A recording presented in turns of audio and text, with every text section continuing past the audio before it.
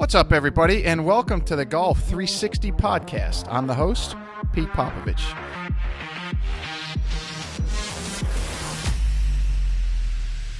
So you may be asking yourself, what is Golf 360? And Golf 360 is a show that was designed to introduce you to people associated with the game of golf to help you improve not only at your game, but also your life. Almost all of our guests are from within the industry in some way, shape, or form, but some of the guests we have are from outside the industry, and it mainly revolves around the business world with a few others scattered in here and there. Now, all of the guests that we have a few things in common. One, they all were highly successful and accomplished in their field. Two, each has something to pass along that will help you in your game and your life. And three, they were all more than willing to give back by passing along the things that they use to help them in their career, and even some of the mistakes that they made so that others don't make them in their journey. So I hope you find listening to them as enjoyable as I did interviewing them, and that each and every one of you benefits from the information that they so willingly and graciously pass along.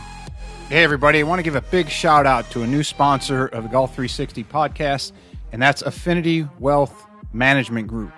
We all work exceptionally hard for our money, and none of us can afford to let that fall into the dark abyss of the big box financial service firms and their jack of all trades and master of none mantra, which basically means you become a number within a cookie cutter model that's also often accompanied by massive fees. Your future deserves more than average returns and little attention. At Affinity Wealth Management, they ensure that your financial goals receive highly individualized, tailored attention from experts, not just advisors, who are in the industry to be great and not average. As a client of Affinity Wealth, you receive a customized solution to your customized life, keeping in mind your family's financial situation, values, and risk tolerance. Call Affinity Wealth today for a no-cost consultation with one of their experts at 724-754-8200.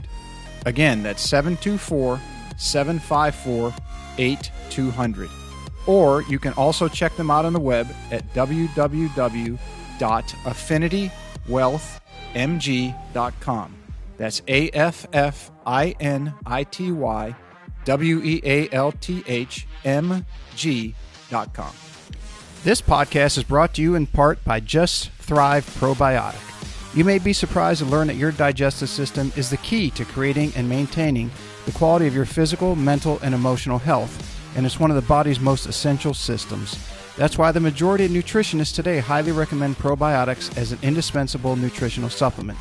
As a discriminating consumer, you've probably been searching for a probiotic that is proven, potent, and effective, and you found it. Just Thrive is your best choice for maintaining a healthy lifestyle. Just Thrive Probiotic captures the power of hundreds of thousands of years of nature's design with a specialized bacillus strain formulation that guarantees survivability through the stomach and upper digestive system. Supports optimum gut health, digestive health, immune health, and delivers antioxidants. Great for adults, kids, and the whole family. Use promo code GOLF360 at www.thriveprobiotic.com for 10% off your order. Welcome, golfers, choppers, hackers of all ages, to another edition of the Golf 360 podcast. Have a very, very cool guest for you today. She's not going to teach you how to hit the ball better. She's not going to teach you how to manage your game any better. But what she is going to teach you is how to market and promote the number one product that you will ever have, which is yourself. It doesn't matter if you're a professional golfer looking to acquire sponsorships, if you are in the club side of the business looking to advance your career, you're in the business world looking to sell a product.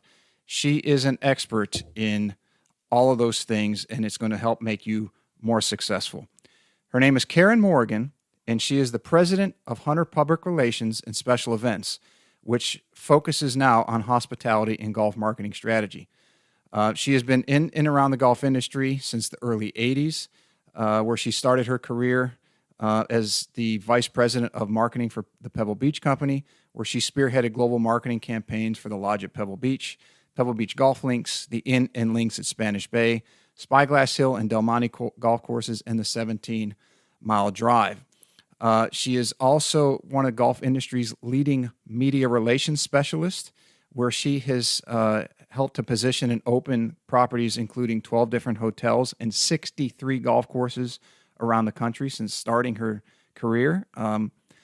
And she has put together some of the nation's most momentous special events, including the reunion of U.S. Open champions at the 100th U.S. Open at Pebble Beach in 2000, which was followed the next morning by the Payne Stewart Memorial on the 18th green at the famed Pebble Beach Golf Links. And then she did that same reunion again at the 2013 U.S. Open at Marion. So if you are looking to understand and learn and improve yourself and how to market yourself, how to utilize PR, and how to utilize media relations in a social media-driven world, then Karen and this interview today is definitely somebody you're going to want to listen to. Again, she is an expert at it. She has been extremely successful, and she is sought out, as you've heard from her brief bio, by some of the most prestigious and successful golfing entities around the country. So please sit back, relax, and give a very big Golf 360 welcome to my guest today, Karen Moraghan. All right, Karen Moraghan, welcome to the show. Thanks, Pete. How's your game lately? Well, being sheltered at home, I've actually played twice, which is probably 2 more rounds than last year. But you know what? I go out, Tim will call or he'll text, and I'll take 3 clubs, walk down the street and hop out there. And I always, you know what? We have fun. It's a good way to just appreciate where we live and get out there and practice. Mm-hmm. I'm strong, so I can hit it pretty far, but I have no finesse whatsoever. No short game, no green reading. I know. But I tell him I look good. He cracks up because I'll get my little golf outfits all ready. And we represent some clothing lines and some apparel and footwear and headwear. So I'll have it all ready. He goes, "Oh, I guess you want to go out and play today." And he says, "I see your outfit's ready." And for any of you who might be wondering, yes, Karen is the better half of Tim Moraghan, who was a guest on the show not long ago. Do you guys work together at all? Being both in the industry? We always say that he's inside the ropes, right? Mm-hmm. He understands the turf and the course setup and the nuances of the game. I'm outside the ropes. I market the game or the products that make the game, or the people who design the courses, or the resorts where people go to play, or the real estate when people want a golf community. We market. So Karen's outside the ropes, Tim's inside the ropes, but we counsel each other. We get opinions. We know so many of the same people revolving for decades in golf circles, but it's kind of a rarity. The fact I don't play that often, mainly because of time. And this period of COVID has been interesting because I'm usually on the road 200 days a year, and we're kind of laughing because this is the longest in our 27 years of marriage we've been together. Someone said, "Is that a good thing?" I said, "Well, of course it's a good thing. I've been grounded, and my clients are all over, but getting on an airplane right now, Mexico's 3 weeks behind us. California seems to be coming out of it okay, but now there's spikes in Arizona and Florida where we have other clients, so we're just having to be careful." And it's interesting because I deal primarily with media, so I've got a group of them who, wherever you want to go, Karen, whenever you're ready, I'm there with you. I'll jump on the plane. And others, they're not interested yet. It's like politics. I've got people at opposite ends of the spectrum with wanderlust that doesn't quit, and others who are just way too cautious right now to even dare to invite on a trip. So right now, my first scheduled trip anywhere for a client is November to Los Cabos. So I'm sure other things will materialize. Right, yeah. I'm counting on it. Probably everything will pick up. And once it picks up nationwide, I think it'll go very quickly. Yeah. Kind of like South Carolina did when it opened early. Oh, yeah. So you have Hunter Public Relations and special events, but just to kind of, everybody hears public relations and they hear PR and they hear these things, but could you just explain that, or maybe give a definition or an explanation so that everybody has a clear understanding of what it is you do? Because I think it's lost, right? Right. I think some people think of public relations as a concierge at a hotel or something like that. And probably more accurately these days, I call it media relations, which somewhat what it sounds. You're interacting with and having relationships with media, or these days social media or influencers. All of them are people who communicate messages outbound to the outside world. So, my job is to create content, put it in their hands, and then let them tell the stories of our clients, be it a golf shoe or a golf course architect or a resort. Because now there's a phrase, content is king. Mm-hmm. The world is just at your fingertips, right? You can Google anything at any time. Sometimes I don't know if you ever, when you Google, you look and it says, there are 300 million matches to this term that you just looked up, and that just does it in milliseconds. Well, think about trying to penetrate that clutter with a message, for example, Sea Pines Resort. Today we put out a press release about an invitational they're having this fall. It's a 2-person amateur team event. And right away we got 5 or 6 guys said, thanks for this. I'll plug it in. I'll put it in my next column. But think about all the information that's out there about every golf tournament, every rooms package, every shoe, every new widget or whatever. So media relations is building those relationships, getting to the right people who can then put it out even further to the consumer. Yeah, because in today's world, everybody's bombarded. Oh, totally. I mean, email, how many junk emails does everybody get? And so you help your clients at whatever facet of the industry they're in. Right. Able to get their message in front of somebody. Right, but also be able to deliver it clearly, concisely, because people don't have bandwidth for, people are in... No, it's a very noisy world. Right, and they're in a 140-character world, like a tweet, right?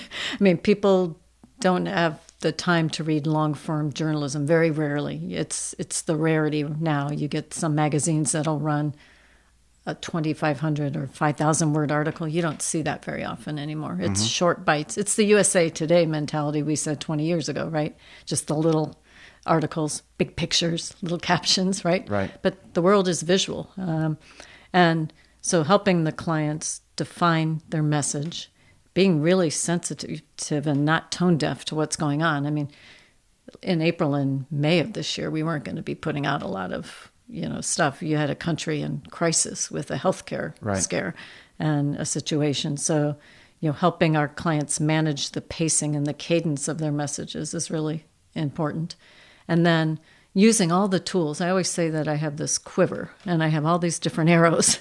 And, it might be to engage with an influencer and ask him to wear a certain pair of shoes or do a video of the box opening or something like that for Instagram, or it might be getting to a writer for golf.com and giving a menu item from Links at Sea Pines, or it might be talking to an architecture writer tomorrow.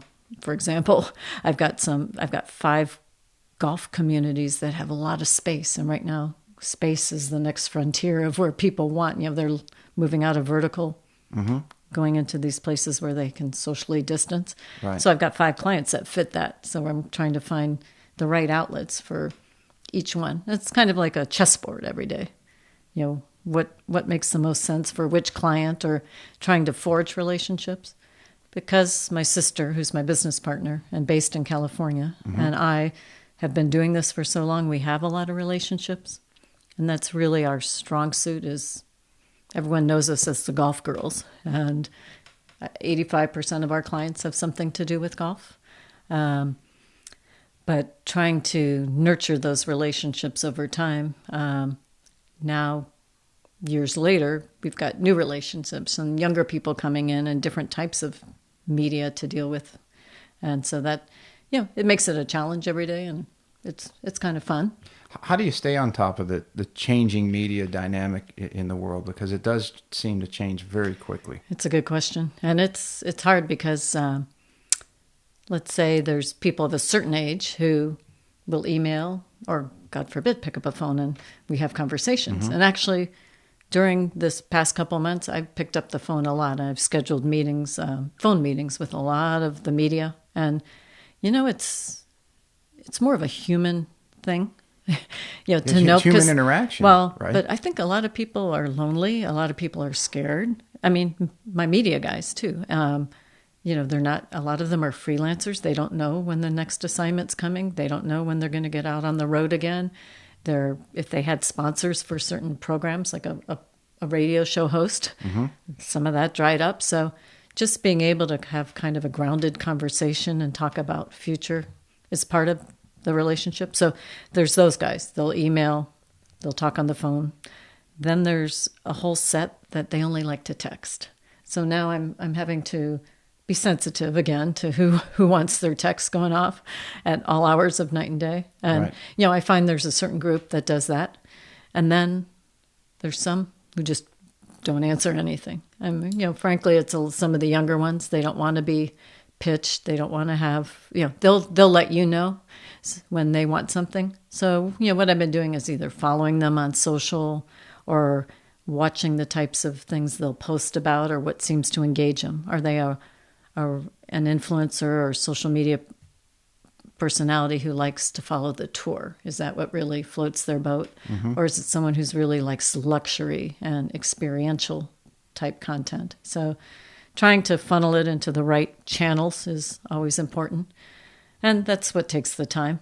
Even I've got a client that has a wonderful fire prevention program. They're out in California and they've managed their property so they've never had a fire on the property, and trying to find the right reporter at the LA Times who covers fire. It takes a little doing to figure that out, and then you figure it out via Twitter or the feed, and it's that's what makes my job different every single day. By that, do you mean that the turnover of people who used to contact, that turnover might be much There's faster a lot of nowadays? that. The outlets are folding. That's another scary thing. Or they're all going digital. So, for example, during this period in San Diego, 3 major publications closed. They just couldn't float. Even in the golf world, we've seen compression. But interestingly, we've seen the 2 or 3 new magazines that have appeared. One is called Golfer's Journal, which is very long form, but when you open it up, you can see it's subsidized by a bank and Linksole and some other partners, but beautifully produced. It comes out quarterly. It's not inexpensive, but it's just beautiful cover, beautiful graphics. And they've just come out with a digital edition, something new and different. But last week, of all things, another one called McKellar. I don't know if you've seen that. That's out of Canada. It's really the purists, a lot of the guys who love that golf course architecture and stories. And there was a third one called, and I think it was a one-time only. It was something 18, I can't remember. And then there's a beautiful new one out of New Zealand called Caddies magazine. So, that's just when you think print's dying, then something shows up in your mailbox. Yeah, something else is going to take its place. But then you look at some of the major ones, and they're awfully thin right now. One of the, when people always ask, well, who do you have coming on, or, who's next? And I say, well, I give them your name, and we talk about what you do, and they say, well, I know she's tied into golf, but how does that benefit a golfer that might be listening? And I said, well, you're supposed to be selling yourself every day or marketing yourself every day, aren't you? And Sure. I don't really think people grasp that idea until they have to go to an interview. Right. And in today's world, as you just mentioned, the turnover, people probably going to have to do more interviews. Yeah. In fact, I had a client who had some openings, and she had 6 candidates, and I said, how'd it go? And she said, it went really well. She said, but they were all so qualified, which tells you about, in the current state of unemployment, she's getting overqualified people for maybe some lower level positions. But be it a golf professional or a golfer who owns a small business, be it an insurance agency or a boutique, we all need to market to keep the pipeline full, right? Right. When I think of marketing, I don't think of the grocery store, but I think of an umbrella, and on the umbrella there's spokes, and on those spokes you have media relations, which we just spoke about. Right. You have special events, which again is another tool in my quiver. Yeah, we're going to get into that. You too. have community relations, which is right there where where you revolve, right? I revolve in the golf community, so I donate my time for a cause in golf. I also rotate in my university, my alumni community, and then locally I have a charity that I donate my time to. But community relations grounds you, and it gives you a sense of purpose where you are, right? So you've got media relations, special events, community relations, and then another prong of the marketing umbrella would be advertising, which is typically a paid exchange. So you can control your message. You're paying for that right. So be it in one of our local magazines or on a radio broadcast or on a television, that's your other opportunity. And then, there's probably now with social media and influencers, just kind of this maybe another prong of that fits into a marketing strategy. So, and probably you would put digital under the advertising. So say if you're a real estate agent, what is your plan to reach your targets? Is it reaching people before they get here who are coming from the Midwest, which we know is a known feeder market to Hilton Head? Someone told me today that Ohio is just an adjunct state to Hilton Head.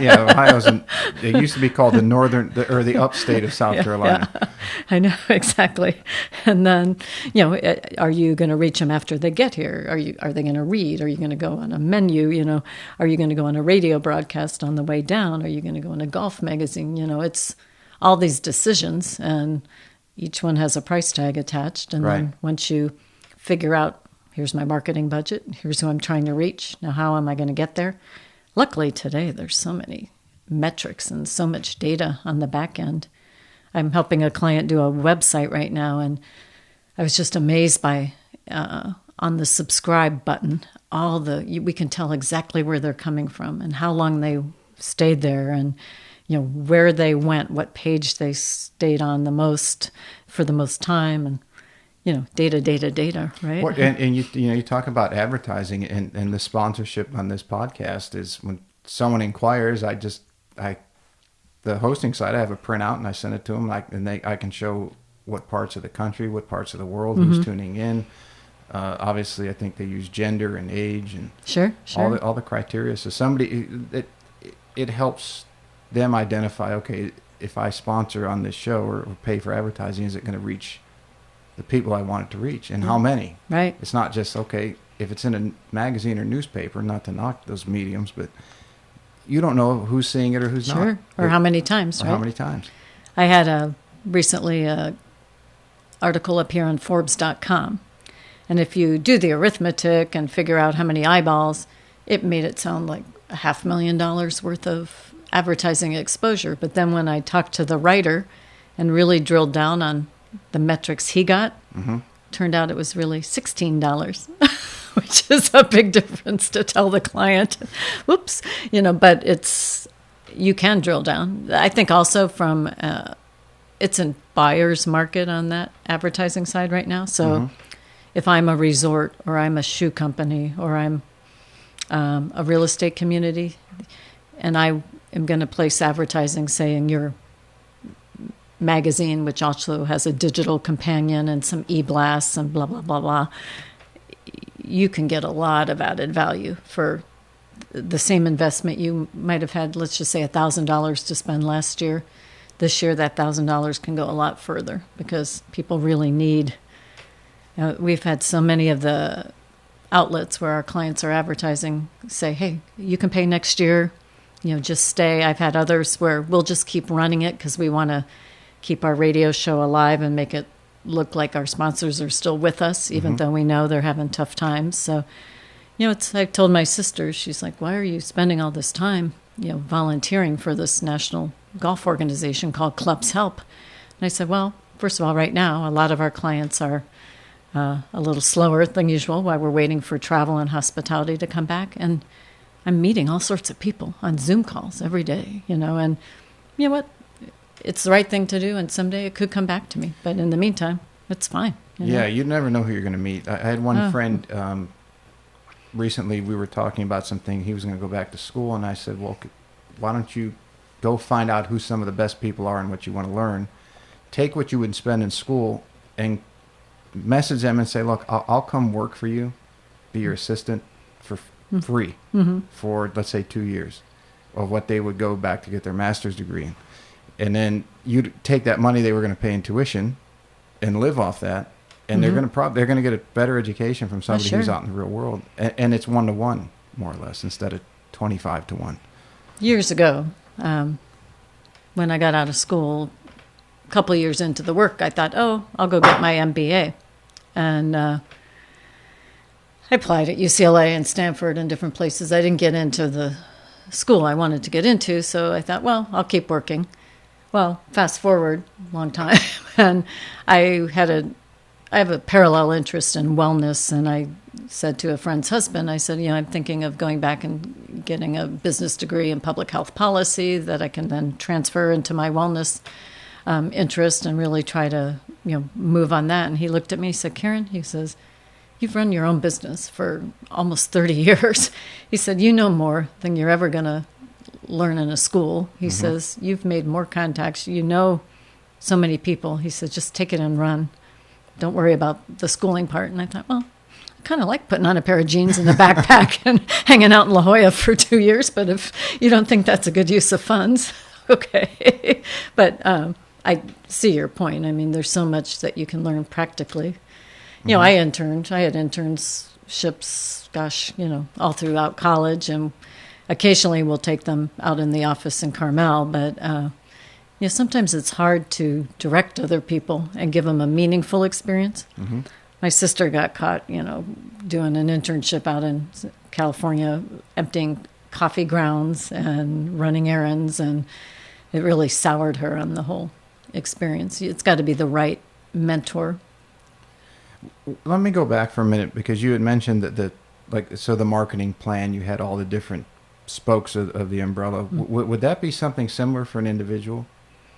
So let's say if your average golfer is an insurance salesperson or an assistant professional or an instructor / coach who's maybe not, they're in the business and they're doing okay, but they want to become more well-known and things like that. Do the fundamentals of what you would use for a business still apply for the individual? Absolutely. I've actually sat down with young professionals before who either have aspired to go to the next level or had an aspiration to be on a top 100 list or to go to the next level of club or wanted to be more known for a certain facet, be it the mental coaching or the teaching. And just like any business, you need to have kind of a plan. Right. I don't know if it has to involve paid advertising, a full-blown marketing plan, but you need to be very directed. Otherwise, you're just going to get absorbed into those thousands and thousands of golf pros that are out there. I mean, there are organizations like the Proponent Group, which Lauren Anderson started, that help equip young pros with tools that can build their business, and he's been tremendous. The information he's sent out during COVID. He's coming on. I got to get he's back the in best. touch with him. He's a great guy. And his wife is a top 100 teacher, Cheryl, who works for Mike Bender. She's amazing too. But the information, Lauren's got such a business mind. He's been able to. I've used a lot of his stuff. I'm still on his mailing list from when we launched Golf Channel Academy together. The PPP information and helping his pros that are in the Proponent Group stable make sure they're finding the right programs to fund themselves during this time, making sure they fill out the paperwork properly, and then also the paperwork that proves you spent the money appropriately. But I'll give you an example. I sat down with a young man who had he was part of an academy at a club in New Jersey, and he had some goals of, kind of creating his own brand. Right. And we talked a lot about, okay, if you're a pro and you have a stable of students, you need to, first of all, know them well so that can any of them expand your network? So there's referral as a form of marketing. Then what can he do to be visible and active starting? It's like a little circle. Start locally. Is it the New Jersey section? Was it the region? How could he donate his time? Does he get involved in the fundraising tournaments? How can he give back? Is it through the first tee? Is it through Special Olympics? I mean, there's many ways to network. And like we talked about before, community relations within the golf community, within your local. Can he author articles? I mean, like we talked about content earlier. Right. the sky's the limit. You write about the mental game or approaches to putting, the short game or finesse around the greens or, things like that where you have an authored article with your own byline. The other thing on these ratings and this whole top 100, part of our business is to help position our clients in these ratings. And it's a game and it's political, but there are strategies. One thing we say, we never can guarantee a rating, but we can help equip you with the right information to go in the right direction. If you're not in the top 100 now, say of a golf course, chances are we're not going to get you there. Right. But if you're in the top 100, we can help you maybe not fall out, or we can help you maintain your visibility. Same with a young man or woman who's a golf professional and wants to get into that top 100. There are sub-lists by state. Then there are lists to get you nationally. You need your members to support. You need a body of work. Here's my 5 authored articles. Here's my photo shoot from Golf Georgia. Here's when I, went on Pete Popovich's podcast. And you provide an arsenal of, here's the things I've done to promote the game, to go back and dedicate some time to the community. Here's maybe a aspiring collegiate or professional golfer that I've helped work on their game. All of a sudden, you're starting to roll, right? Your reputation is going. In looking back to when I was 20-something and wanting to progress and things like that, you think you have it all figured out at certain points, right? Right. I think, and the more we learn, the more we realize it's a never-ending learning curve / process. And Dr. Brett McCabe, works with a lot of tour pros, he had a post today, and we had a little back and forth. I love the doc, and one of the things he asked was, "Are you still?" I think it was for coaches. Are you still coaching? And what was the reason? Or is it the same reason now that you coach that you did when you got in? And and then what have you learned? And I think one of the things I said was that, or the thing that worries me most is that I've always missed something on a student that it could be small, and it was an oversight, and it held him back. That keeps me up at night. And the other was the realization that you're not ever going to know it all. Right? No. but when you're young, you think you do. I was going to say, and think of all the other tools available with social. I mean, I've heard of golf pros who have gotten 50-60% of their business, they do it online now and video. There's a guy out in California who had been at Poppy Hills and then formed his own institute that we had worked with there. And he's got a huge business all through these students all over the world where they send the clips. And, even I go back years, but when I worked for Pebble Beach Resorts, Laird Small had a TV show every week called Small Tips. And it was for years he did this show, and it was just little 1-minute segments that now you would put on YouTube, right? Yeah. But there was no such thing as YouTube back then.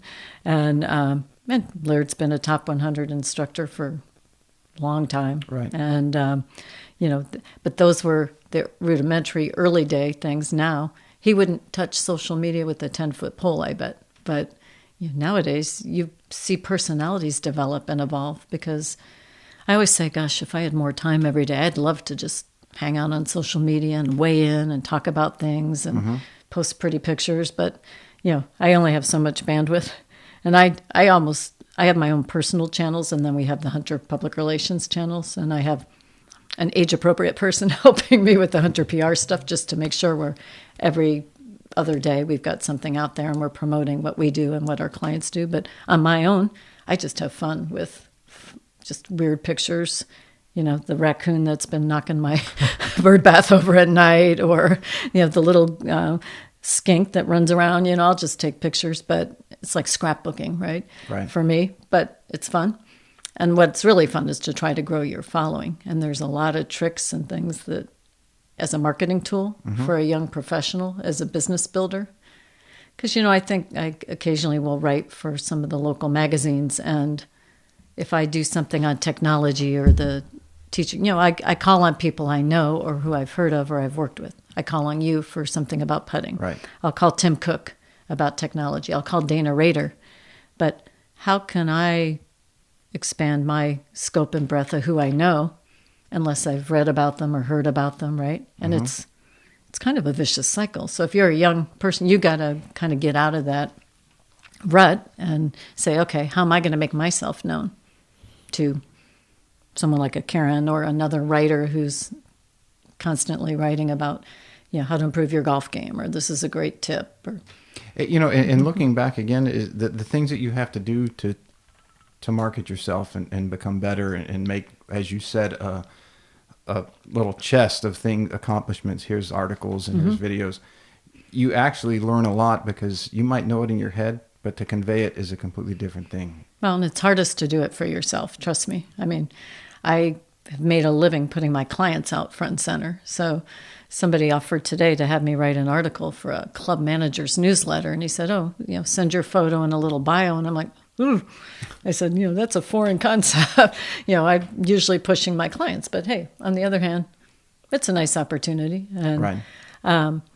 It's also a little bit of the squeaky wheel syndrome, where if you're calling an editor from a magazine with an idea, and you don't hear from them, that's not a surprise, right? But if you continue to call or drop a package of information off at one of the magazines, or come up with some good story ideas and have them carefully presented cohesively and say, hey, I've got 5 golf story ideas for you for 2021 for some issues of Hilton Head magazine. Would you consider them? It's amazing how this works. I did a story, it's going to run in a month or so, on archaeological digs happening on Hilton Head. Mm-hmm. And the editor sent it to me, and he handed me a pile of folders, and he said, here, can you work this out? This woman's been asking me to write a story about it. Well, she was so organized, so thorough. She practically wrote it. I mean, all the information was right there. And now they're going to get a multi-page story. But she was persistent in a good way, because it made me, as the writer, my job very easy. But it's like a Tim or a Dana. They were very accommodating, did it on the phone. I needed a picture, sent them the issues, boom, done. And so when it's not it's going to be a one-way street until you build the relationship. Then once you have the relationship, then I know I can call on Tim over here. And it takes time. I don't think people today understand. And today's get it at a snap of a finger. The Amazon, the 2-day delivery, and binge watching. It's patience is a lost virtue. Yeah, and going back to the clutter and the content, and so many people out there.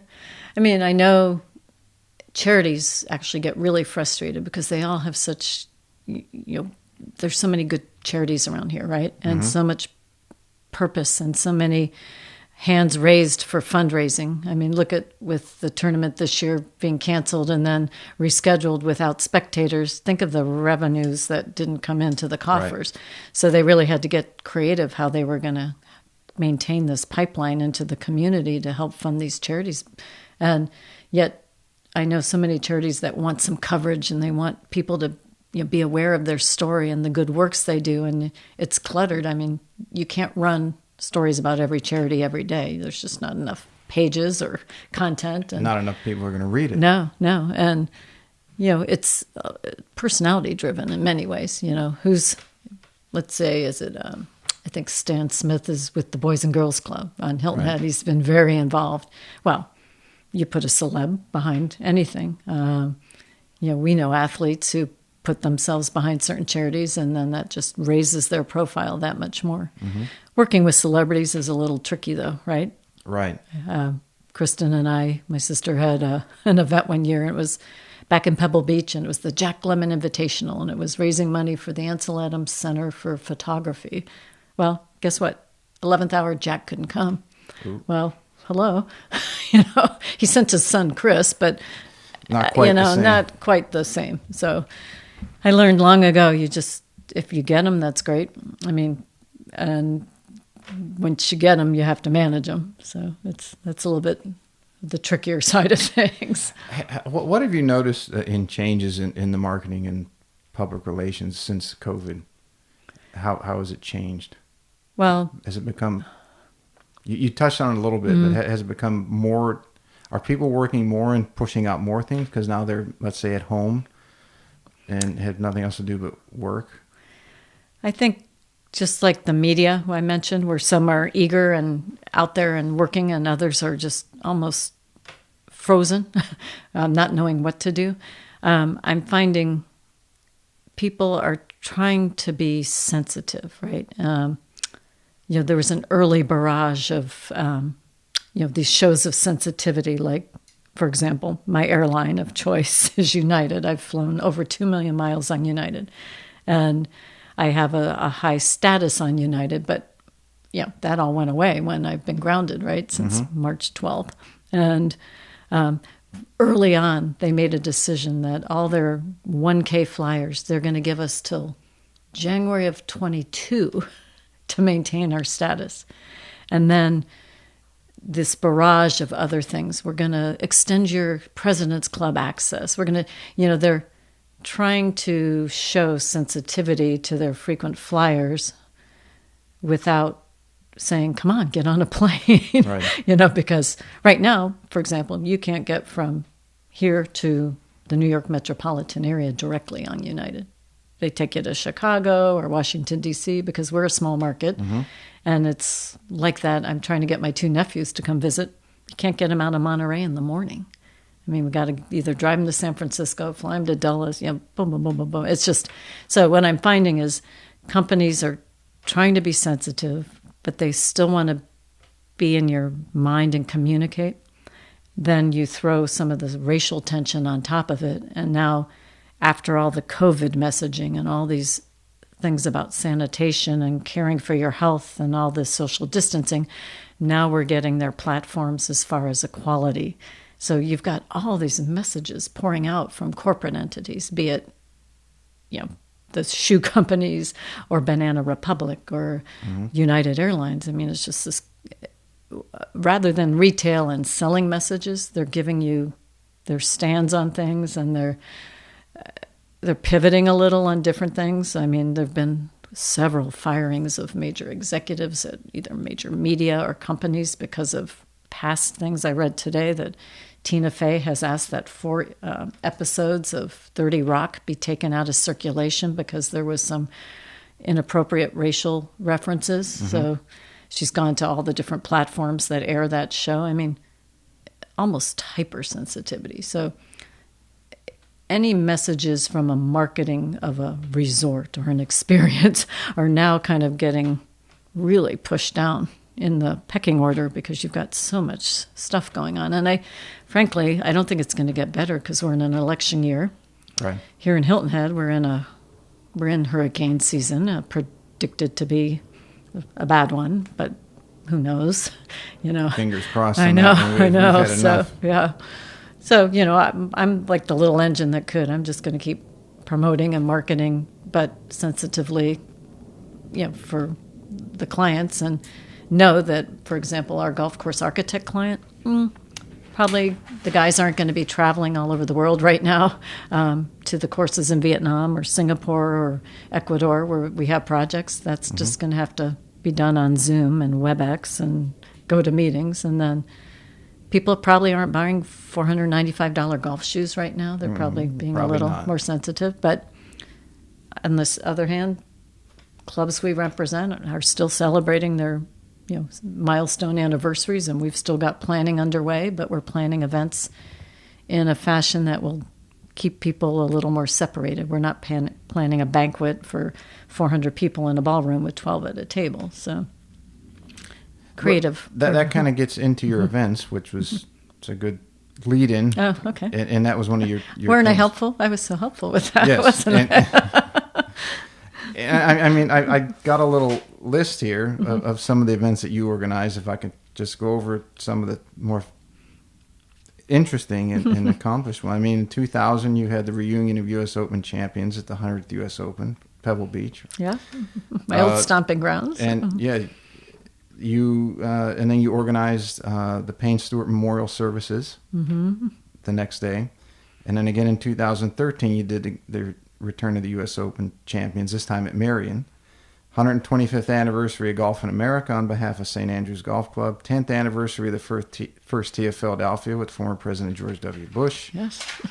You're associated with the Nicholas Company, Robert Trent Jones Architects, a Headwear Club Pro, private clubs, Baltusrol, Desert Mountain Resorts, the Wind Club in Las Vegas. Hey, what happens in Vegas, baby? Yeah, we won't go there. We're not going there. AT&T Pro-Am, the Heritage here in Hilton Head, RBC Heritage, the Safeway Open. So with all these events and things that you do, because you said it's a spoke, can you speak to how events can be leveraged as part of a marketing strategy? Sure, and let's maybe start with something as simple as a Friday night gallery walk in Carmel, where a winery or a distillery, more appropriately here, because there seems to be a growing number of them, right? Becomes a partner with a gallery, and all the shops and things are open. Let's say in downtown Bluffton, and people get to wander around, do some tasting, maybe have some kind of special drawing, or you get to meet the artists. It's an event. You're creating a reason for people to come out, maybe make a late dinner reservation, maybe learn about a new kind of rum that they never knew was produced locally. See that maybe there's a price point in the gallery that you actually could afford and say, ooh, I'd like this. You're creating an experience. And I think these days people want to have experiences. It's not enough necessarily to just say go to a concert and watch the performer. You see all these other promotions where meet the artist after, or go meet Lady Gaga in the green room, and you get this premium seat, and you get a special release of the new album, and you get to do a meet and greet. There's people seem to want more. Even tournaments, you look at all the, we've done lots and lots of golf tournaments over the years, not only running media centers, but running U.S. Opens and other types of fundraising. You've opened 68 golf courses? 60, yeah. We'll have 69 is a renovation at Baltusrol that will open next May. But, lots from renovations and are much more common now. But back in the early 2000s when they were overbuilding golf courses. I remember one year we did 7 new courses alone, which is kind of crazy when you think about it. But so if there's a new development, let's say there's a golf development in XYZ town, USA, and they call you in to do an event. That event is something that's in addition to all the things that, let's say, the development team or the whoever owns the development is. You're supplementing what they do with some extracurricular things in the surrounding community, or what else do you do? Okay, both. So say there's a brand new real estate community that's opening, and it happens to have golf. Typically, we'll get called in when the word golf, 4-letter word, is used, because we're known for being in golf. But because my background had a lot of hospitality in it, having worked for Pebble Beach Resorts and Sheraton Hotels, we know that side of it too. And now we have a lot of communities. But we would become part of a marketing team. So sales is also part of marketing in that they will use these tools. They'll use the things we discussed earlier, media relations, digital, social, to raise a profile. So let's just say, let me give you a good example. At Reynolds Lake Oconee, they have a new community opening. It's 10-acre lots. They're estates called homesteads. So here you have an established community already, a Ritz-Carlton hotel, 6 golf courses, fitness center, but they need to position homesteads as different. It's, it's more space, right? It's more private. More private. And they're finding there's an appetite for it right now.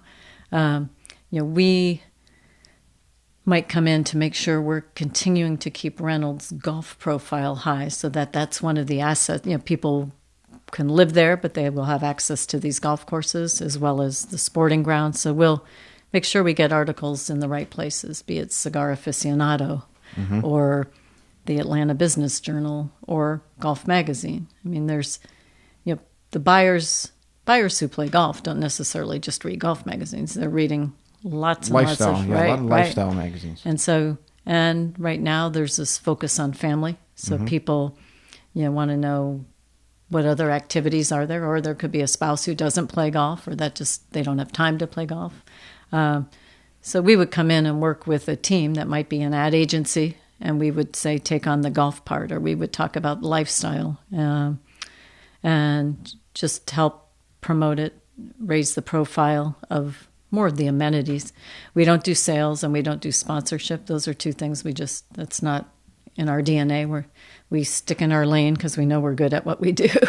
And that probably wasn't as good an explanation as I could have given you. Let's use the Heritage, for example. So I'm sure you had helped them with events outside of the tournament itself. So if the tournament's the marquee and now you have satellite events, right? What would be an example of an event that? Okay, yeah, that Pebble Beach might be a better example we'll for use me. Pebble. So, for example, we had a real estate community there that very high end, but wanted to be part of what was happening in Pebble Beach that week. So they bought a package where they had access to some premium hospitality. So they had a venue called Clint's Saloon that was up on the third hole at Pebble, where you had premium access. They could bring prospects in, open bar, different types of food stuff. And, they had paid a premium for that privilege. Then they also got through it some social media attention from the tournament. There were hashtags developed that could tie the two together. It's almost in these cases like you want to rub shoulders with and be, if the circus comes to town or the event comes to town, you want to be part of it. You don't want to be, waiting on the sidelines hoping to have, you have to be proactive to make yourself a part of it. So, for example, there are corporations who sponsor, like AT&T or RBC, who pay millions of dollars to fund the purse that pays the players when the tournament comes to town. But you have, if you look on the sponsor boards, all the sub-sponsors on this one, for example, RBC was the big one, but you have presented by Boeing. You have the Hilton Head Airport and the Savannah Airport. You've got banks. You've got all sorts of restaurant groups, insurance companies, all the way down, and there's different benefits. But, in some cases, we've helped put together packages. What do I get for my $50,000? So would an example be, let's say one of the restaurant groups would say, okay, for our $50,000, what do we get? And then you would put together maybe a tasting at each restaurant of some type of meal that they specialize in. Because what they want, right, is to separate themselves from the clutter, right? Right. And they want name recognition, and they want people to think of them as community-minded, charitable-minded. We are here supporting the Heritage, which in turn supports all these local charities. We are a good community citizen. But here's a voucher, or here's a passport. Come to our 5 restaurants, show your ticket stub, whatever it is that might happen. They can use it on their social, to promote their affinity and their relationship with. I'm sure there's a certain number of tickets in the package. There might be some golf opportunities and pro-ams, certain number of slots. I know for years we did a tournament with the National Restaurant Association at Pebble Beach to raise money for their education foundation. And we had all sorts of fun because we had major food companies and restaurants as partners. I remember one year on the practice putting green, we created this whole obstacle course using cans from Del Monte Foods and boxes of cereal from Quaker Oats, and you had to putt through this and go, just for fun, but it was exposure. And one of the companies had Andy North as their spokesperson. So they, had him out there, kind of commentating the putting contest. There he goes through the 2 tomato cans, and it's a dog leg left over the Captain Crunch box, and that kind of thing. So you can have fun with it. I mean, there's obviously multi-levels of sponsorship and involvement in golf and all sorts of other arenas. I mean, golf is so charitable. And right. That was when I had a client call and he said, hey, would you volunteer your time for this new organization called Clubs Help? I said, sure. And so I thought I was going to write a press release, and 2 months later, not only have we grown from one club to 400 clubs, but we've just gotten a major financial donation, and we're about to launch an event. And I mean, I think it's going to be, an ongoing project for us that will continue to grow and build, because what we learned was, yes, there were frontline responders, but the nature of the charity is that a golf club in New Jersey found out that the hospital in its neighborhood needed masks and hydration for the frontline workers during the first onslaught of COVID. And the club, put a call out to its members, and literally members they figured out where to go. They delivered, in an organized fashion to the club or to the hospital what they needed. Well, Ernie Els' manager saw it on Fox and Friends one morning, called up and said, hey, this is a great idea, but let's think beyond one club. And so Club Corps signed up, Arcus Golf signed up, and there are now, as I said, almost 400. And not only are they pairing with hospitals as COVID's moved and the pandemic has eased, and then there are hotspots, food banks. I mean, there's so many kids right now who are not in school. There's no way to feed them. Mm-hmm. Nursing homes, first responders, some of the fire and police who are just out there. So we had 5 clubs in Florida. Every day they took a different day, and they delivered 230 meals each day. So awesome. It was Addison Reserve, and then this club to a hospital to feed the frontline workers. Another club in Michigan delivered Easter lilies as the nurses and doctors were getting off shift on Easter Sunday. Each one was handed an Easter lily. So, I mean, golf is so generous if you start looking at the billions of dollars that are raised. Mm-hmm. So I'm happy to be involved in that. I think it's going to be a good long-term thing. What is it that you see that most businesses or facilities or individuals are lacking of the various aspects of the spokes to the umbrella? Is it some are really good in something and they're just completely horrendous in another or lacking? Mm-hmm. Or is it, do you see across the golf industry that commonalities, or is it just a wide array? Well, I think listening is at the core of a good marketing strategy. Mm-hmm. And listening to your customer, listening to what people want, listening to what's happening in the world, and then figuring out where do you fit and how can you do what you do well given the bigger picture, right? Right. So if you're tone deaf to what's going on, and circumstantially, or, for example, right now, people may not want their kids to be doing indoor activities. They might want them outside, right? So that would be a good opportunity for an instructor to figure out, okay, wait a minute. Kids need to get out there and get fresh air and get tired. And, mm-hmm. They've been cooped up and they've been homeschooled, and now it's vacation, and now what are we going to do? So is that an opportunity? How can I leverage this without being greedy because of the time we're all in? And then what's my message? Is my message, come take golf lessons?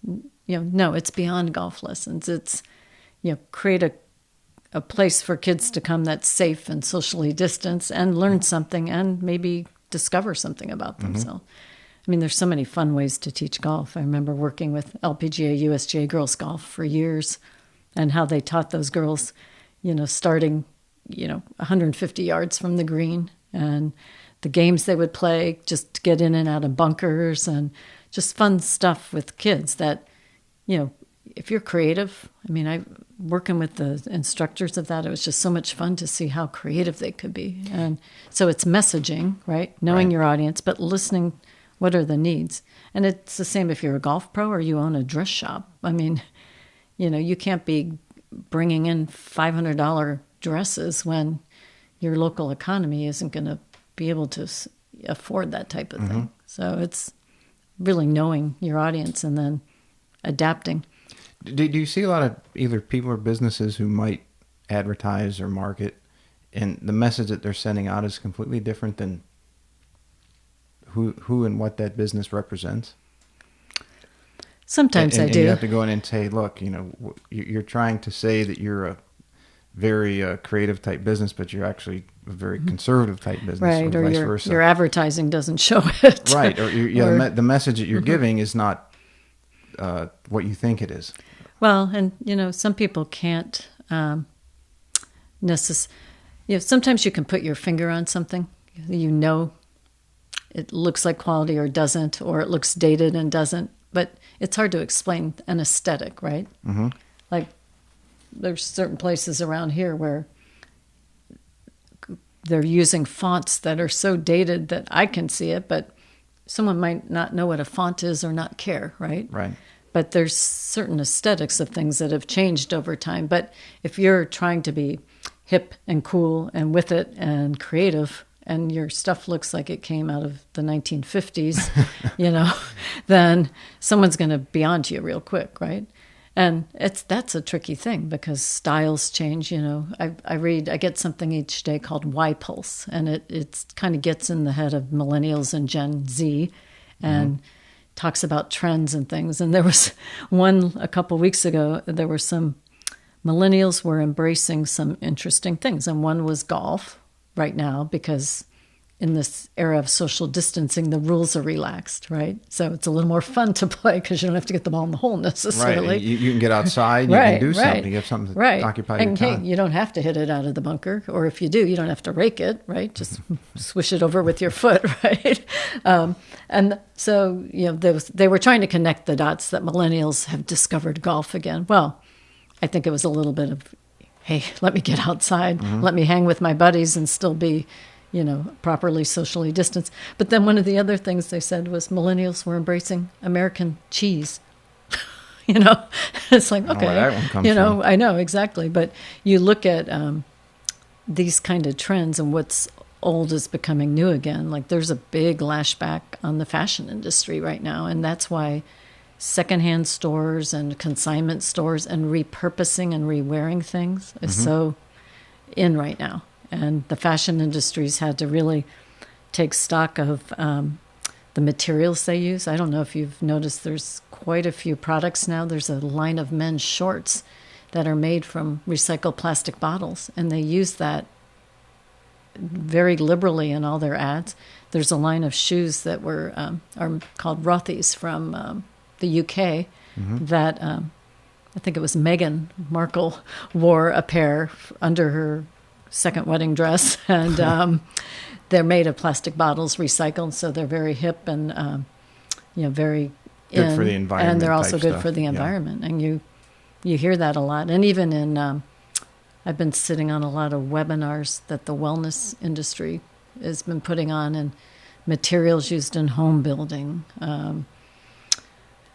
As I said, the fabrics and the things made from recycling. There's just a lot of focus on kind of sensitivity toward Mother Earth and not being so wasteful these days. When you get brought in to work with an individual or a business, how long does it take you to research that entity and then determine what the cause of their problem is versus just a symptom? Well, not everyone has problems. A lot of times they just have an opportunity, or they need experienced professionals to help guide them through a process. So let's just use a golf course opening, okay? Right.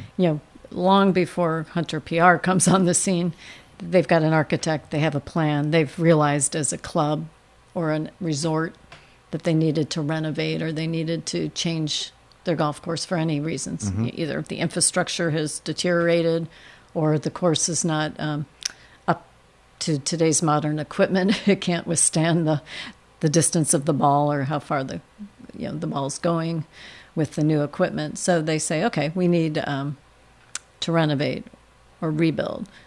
Then, let's just say 6 months into it, they say, okay, now we need to tell people that we're doing this if we've been closed, and we want to tell them in a big way. We want to, hire a firm to help us maybe get the course rated or to get new members or to get more play or to sometimes just to feed egos.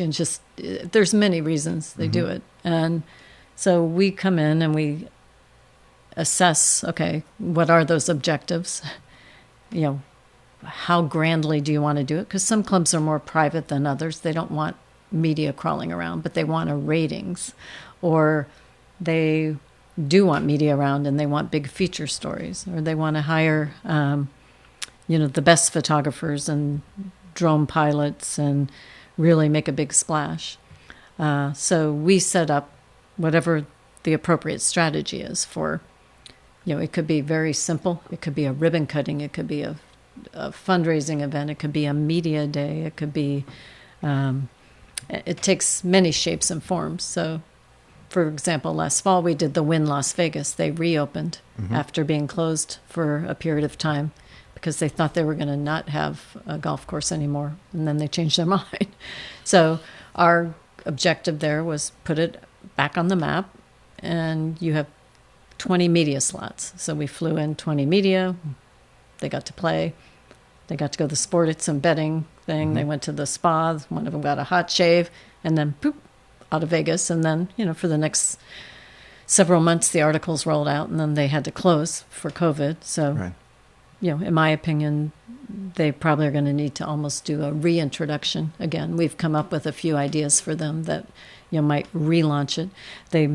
They had a big program planned during the NFL draft, which was to have been in Vegas. And as we know, it took place in Roger Goodell's basement. So, that kind of went by the wayside. Oops. But a couple of years ago, we opened what's now called the TPC Danzante Bay down in the islands of Loreto, Mexico. Ooh, nice. And so that was a little more challenging because there's one flight a day on Alaska Airlines to get there. And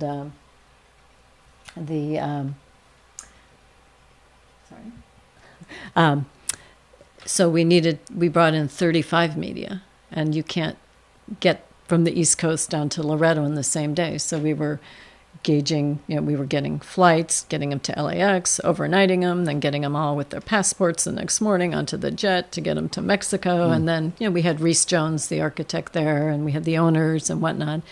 But this was in a very remote location in Mexico. So, the challenges there were we had a gorgeous golf course in a breathtaking setting in the islands of Loreto, which is a protected UNESCO site with 900 species of fish, one flight a day.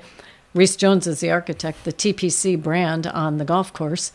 But, we had to tell the world that it was there. And how we did that was visually, because it's just stunning scenery. And so social media and drones and videos. And we did a Golf Channel episode and had the crew down for a couple days of filming, and it was, we just pulled out all the stops to make a name for that course quickly. But that was a large budget, right?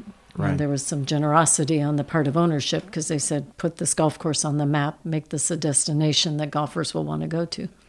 But we've also worked with public courses that are owned by municipalities, and they've been renovated, and we've had great success just being creative, trying different things, from bringing in the architects to having a bird release to simultaneous teeing off. I know my very first golf course we ever did was Robert Trent Jones Jr., Sandy Tatum, and Tom Watson. And Oh, gee, that's a tough which group. was that was the Links at Spanish Bay, and all three. We had this bagpiper out on the course, and the fog was rolling in typical Pebble Beach fashion, and it came up through the fog. And then we had, so you got those mournful cries of the bagpipe, and then the three designers teeing off, and, the media, and it was Pebble Beach. And the thing I remember most is at the end of the event, the architects, the PR person, the officials of the company. We had a nice dinner, and the guys were doing their cigar thing. And Tom says, "Can you ship my clubs home?" I'm thinking, oh my God, these are Tom Watson's clubs. And he's Don't asking lose me, them. don't lose them. And so RJ Harper, who was the head pro at Pebble at the time, who sadly has since passed away, he and I worked it out, got FedEx, shipped them. about 2 days later, I get a call. Karen, it's Mr. Watson's office. We can't find his clubs. Well, it's like, oh no, here we go. And sure enough, they were at a neighbor's or something. It was, they had been delivered. They just hadn't been delivered to the right place. But, you run across situations once in a while.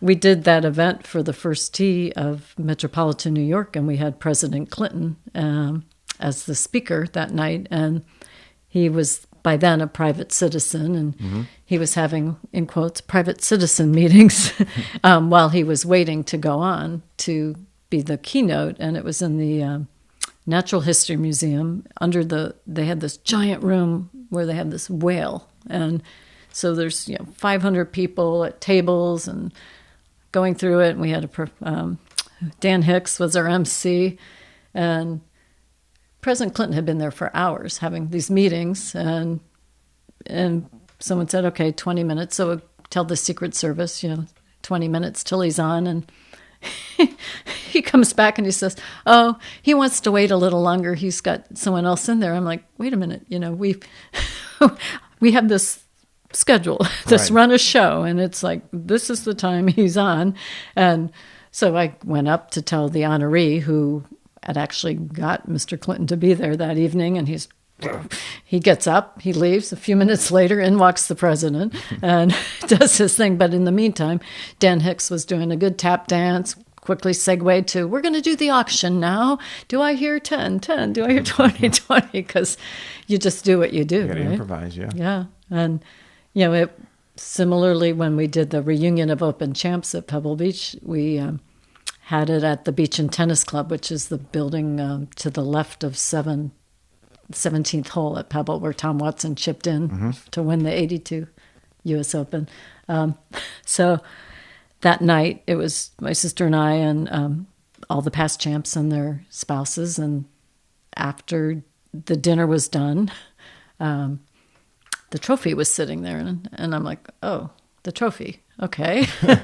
So the USGA's trailer was locked by that time. So I put the trophy in the passenger seat and drive back down to the downtown to the hotel where I was staying. And the doorman kind of looks at me and I'm like, trophy, US Open.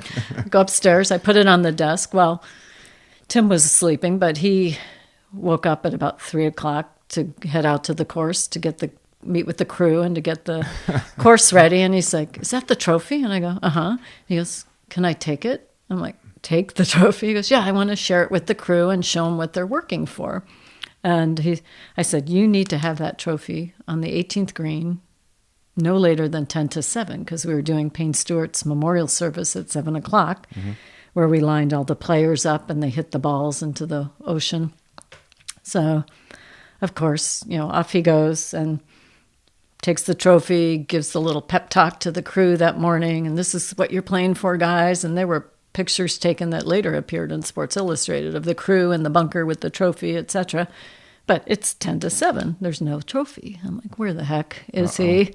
And all of a sudden I look down the 18th fairway, right up the middle, riding in a cart is Tim, the superintendent, and the trophy. And I'm like, you just risked divorce, man, But we had the trophy there, and it was a very emotional service, as you might imagine, because Payne was the defending champ and wasn't there.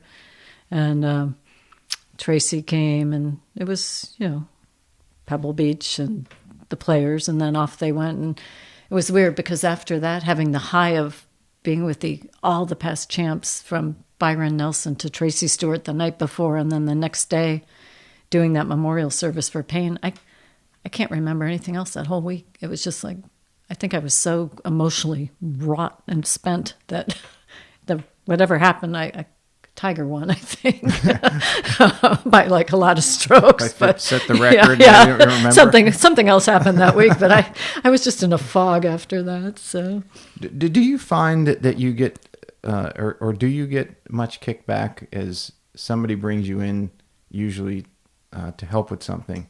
So they're going from a position to where they are, and you're trying to get them to where they tell you they want to be, and there's that change to changed. They want to change, and then they have to get to the changed the past tense? Do you find that they listen very readily, or do you get pushback? And if you do get pushback, how do you navigate that? Well, I like to use examples of what others have done. I try to be discreet and not name drop if I don't have to, but sometimes it's an effective tool. Mm-hmm. If I say, well, when we opened the Ritz-Carlton Dove Mountain, what worked successfully was, and that might get their attention. Or, so sometimes name dropping, but, it goes back to what we talked about in the beginning about relationships. And 95% of any business Hunter PR has ever gotten has been because of referral. I can count on one hand the number of RFPs we've answered because we're a small agency and we're very high touch. And either my sister or myself are the point of contact for our clients. We don't send them off to junior executives or someone who, has only been working for a year or two. I mean, we have a support staff and we have a great team, but it's the two owners who are the people who interact with the client. So that's the first thing. So we've been chosen to work because of a referral. Somebody has trusted someone else's advice. And then when we start the project, we try to create a relationship. We have fun. I mean, I've done this too long. I say, I'm not going to work with people I don't want to work with anymore. I don't have to. I don't need to. I don't want to. And if I'm unhappy, normally they're not going to be happy. Mm-hmm. So, trying to get that good kind of cadence going from the beginning and understanding one another. And I'm not going to make, let's just say, an average product, golf course, shoe, headwear, whatever, they're not going to ascend to new heights if they can't back it up, right? I'm not a magician. I'm a practitioner of a craft of public relations and media relations. Mm-hmm. So, we need to create a strategy that's fitting and appropriate and fits within the budget, but is always geared toward the goal, right? So if it's a measurable goal, we want to have 10 new members a quarter, or we want to sell this much real estate, or we want to be in Golf Digest, Golf Magazine, Cigar Aficionado, and Golf Channel. How can we make that happen? What's going to be, is it, building a Reese Jones course on the side of a cliff in Loreto, Mexico? Or is it, rolling out, the bells and the whistles and really wooing the media to like something else? Is it the swag bag? What is it that's going to get people, to reach their goal, and then coming up with the programs to try to make that happen? But as I said, some things you can guarantee. I can guarantee that we'll work our tails off. We'll be there 24/7, and we will do our best to achieve this.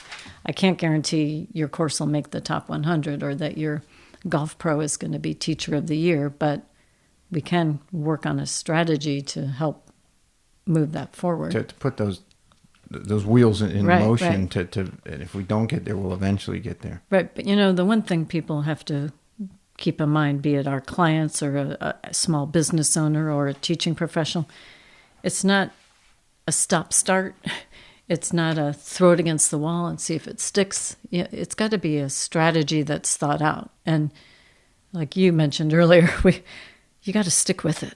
It's baby steps. It's not like the long jump. It's just boom, boom, little steps. I mean, and the hardest thing to do, and I know this, is to do, to do it for yourself. I mean, we've taken this time of COVID to. We struck a relationship with an agency we've worked with for years. They do the advertising side, so we're not competitors. And we did a trade, and they're redoing our website for us right now. Nice. Well, it's so hard to do your own website, right? And, well, I found out because I've done it a couple of them a number of times, mm-hmm. and it's not so much the content that's the difficulty; it's the artistic side mm-hmm. of you're never happy. You're constantly changing positionings and. No, I don't like that, and move this around. And to what we discussed earlier, less is more. So on our old site, we had all sorts of content. It's still live at the moment. So, but we have a third now of what we used to have, and we're pivoting our messaging a little bit as we've become more refined in what we do. And as much as, say, we'd like to compete against, say, top hospitality PR firms or representing destinations, we know that our sweet spot lies in golf. And as I said, so many of our clients have some element of golf. So I'm not going to fight it. Let's go with it. It's worked for this long. But it's I won't say it's self-realization, but hey, let's showcase that element of what we do because, that's what we're known for. There aren't many of us out in the industry who specialize in this arena. I want to get your opinion on something because you have offices all over the country in different regions, and you so many people that I talk to might have a myopic view of the golf industry based off what part of the country they're from. So if you talk to some people, they say that the industry as a whole is still way down from the credit fallout a decade ago. And some people say, no, it's doing okay, or it's coming back. And talking to Susie Whaley when she was on the show, they're doing a lot of things to promote junior golf, which I think the PGA missed when carts were taking over caddy programs. What do you see in the golf industry? And then to kind of the follow-up would be, and then what effect is COVID having? As we talked a little earlier, it's getting kids out to play, but as an industry-wide. Well, I think to answer the second part first, while right now they say golf, because of COVID and being an acceptable sport, there's been this resurgence. I'm not sure if that's a blip or not. I do believe, particularly maybe the courses that are single owner or maybe municipality. I think there are some courses in peril. I think it's part of a natural cycle where either the land values around them or just the populations change where they can't sustain themselves. It costs too much, right? I mean, just to maintain a course is expensive, yes. Right? And there's a big labor issue in this country to find the people who are willing to work that hard outside in the elements. Tim and I talk about it all the time. It's probably the number one challenge in his profession on the agronomic side is finding labor, which is typically 50% of a budget. But back to the industry as a whole, I think there's a certain segment, particularly on the very wealthy side, these private clubs, that economic ups and downs, presidential elections, pandemics, they're always going to be robust. Sometimes maybe not as robust as others, but there's a club in Monterey that has a multi-year waiting list still. I mean, but I still see it as probably flat. I think I know right now play volumes are up, and our clients the courses are open are doing really, really well. But there's some ingenuity required right now because of the golf cart situation.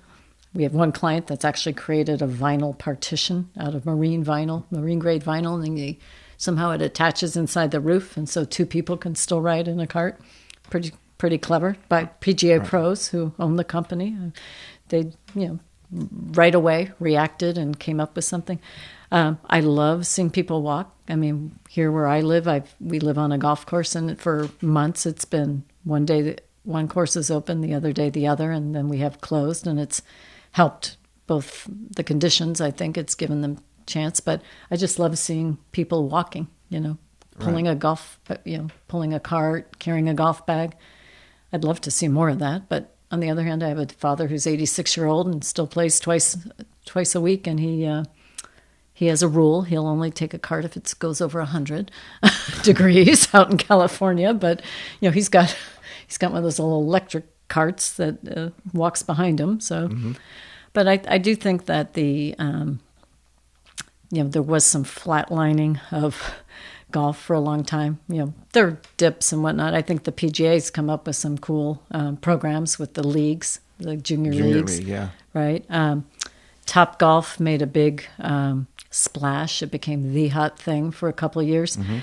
Now I'm not so sure with the social distancing and whatnot, whether or not that's going to be able to be maintained. I sure hope it all comes back around, because I think that was a fun way for people to get engaged. I'm not sure that spawned new players into the game, but it was still a fun way to at least put a club in people's hands.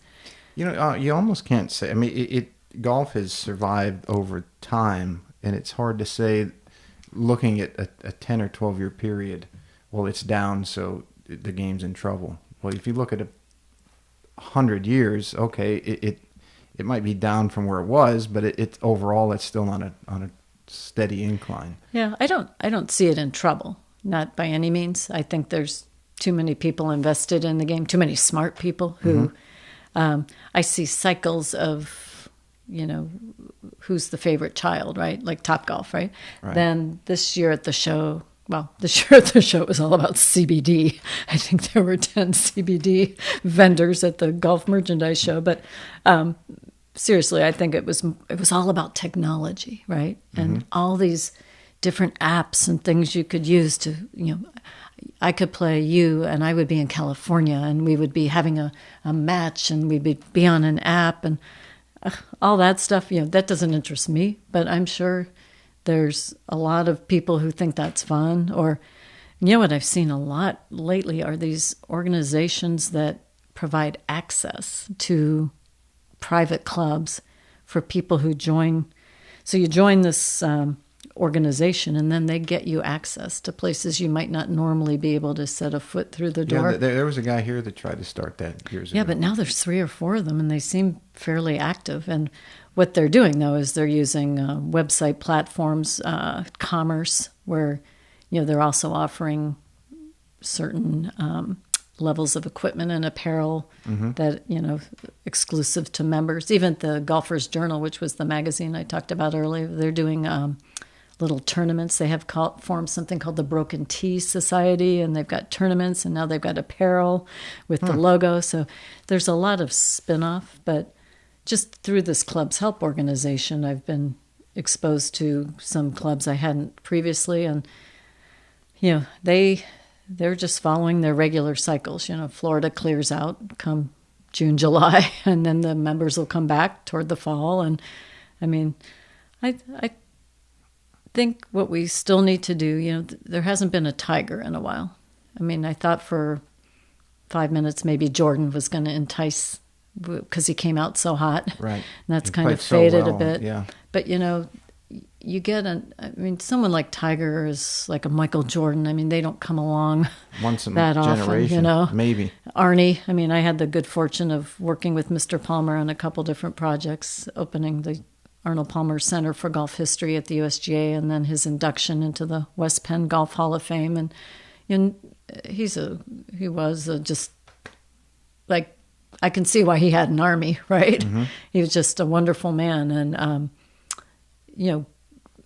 you don't have the Jacks and the Arnies and the Tigers. I mean, I hope in my lifetime we see another one who comes along, because it'd be really fun to just ride that wave again. Do you think that's the biggest challenge that golf faces right now, is not having that?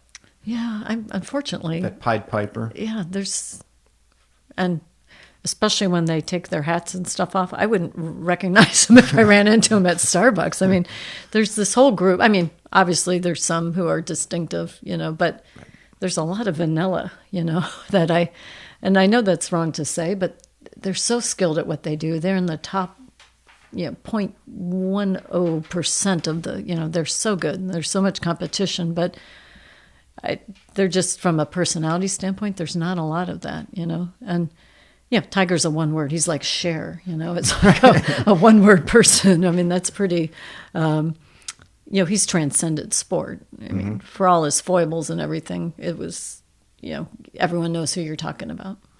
Yeah, and doesn't have, I mean, even if they're not in the sport. Right, exactly, exactly. Kids, and they know exactly who you're talking about. But, I say the same about golf in a way. I feel like golf has transcended sport too. It's become a lifestyle, right?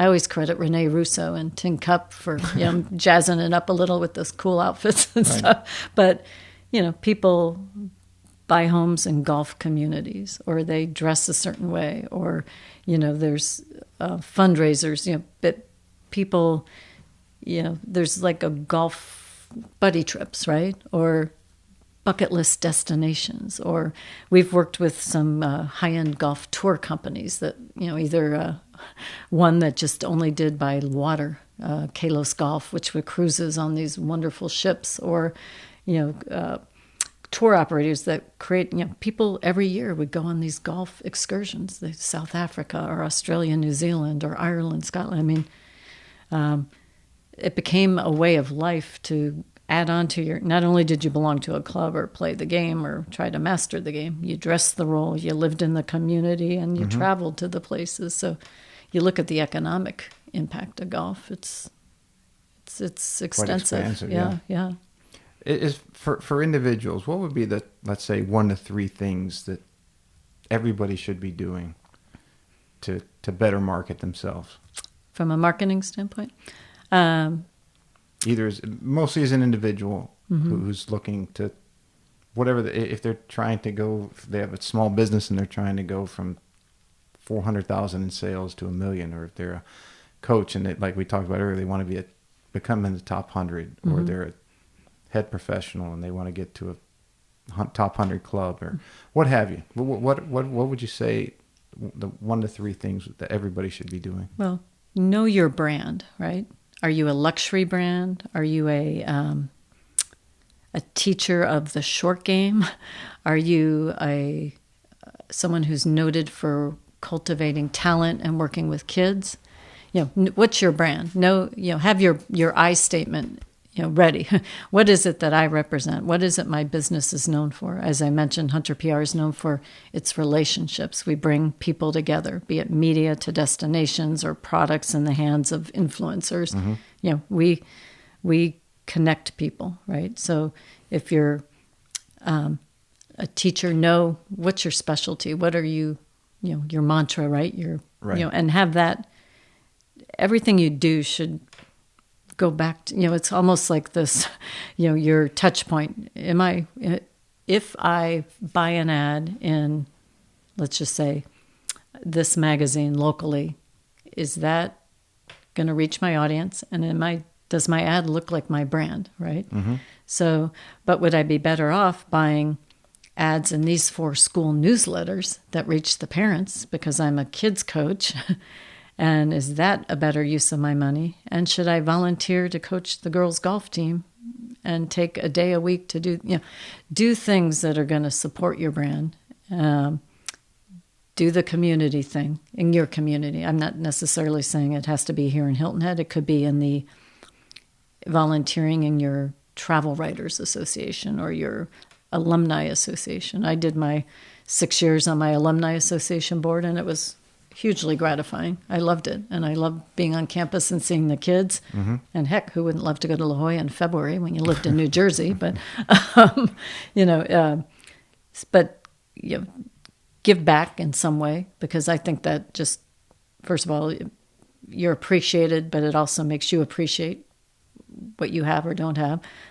Know the brand, and then communication. I mean, which to me is the essence of everything. It's an essence of a good relationship, a marriage, how you talk to the outside world. And communication takes on many forms, be it the written word, be it a social media post, be it a digital emailer to your database. Right. Yeah, all of that. So those would be the 3 key things.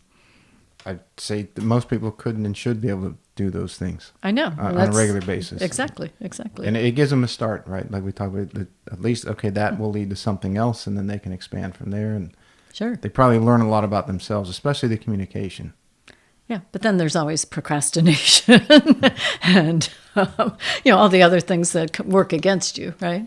Yeah, and I think there was a study some number of years ago I was reading somewhere that there was a group that they were tasked with trying to figure out this problem by figuring it out. And then there's another group who was tasked with, okay, figure it out any way you can. And trial, your trial and error. In this group, you have to figure it out. Well, the trial and error group got it done something like 5 times faster. Oh, really? Because they didn't get caught up in it. Yes, and they went and did something. So yeah, procrastination maybe. I think if you understand why you're procrastinating is another big thing. If you're doing it because you're nervous or scared, well, you're going to have to make the leap. Well, it's dip the toe in the water, right? Try it. If you want to get where your goal is set, then you're going to have to overcome those things. I think all those things make everybody better as people, in addition to learning more about their craft. Sure. And, sometimes it's intimidation because you're fearful, right? One